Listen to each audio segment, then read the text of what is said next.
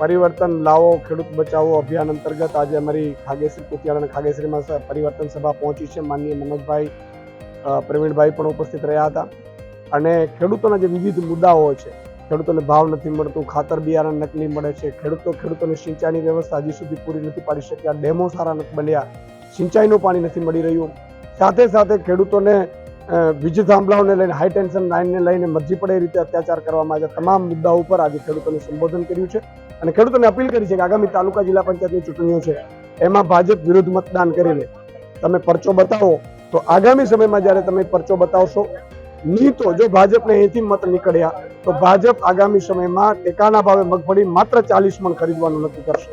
બિલકુલ આ ગ્રામ્ય વિસ્તારના મુદ્દાઓ છે, ખેડૂતોને લઈને છે. આગામી સમયમાં શહેરોના મુદ્દાઓને લઈને શહેરોમાં પણ અમે યાત્રા, મહાનગરપાલિકામાં અમારી ટીમો બધી જગ્યાએ ડોર ટુ ડોર જઈને લોકોની સમસ્યાઓ સાંભળી રહી છે, લોકોને વાત કહી રહી છે, લોકોના મુદ્દાઓ લઈ રહી છે અને એના ઉપર અમે મેનિફેસ્ટો બનાવવા.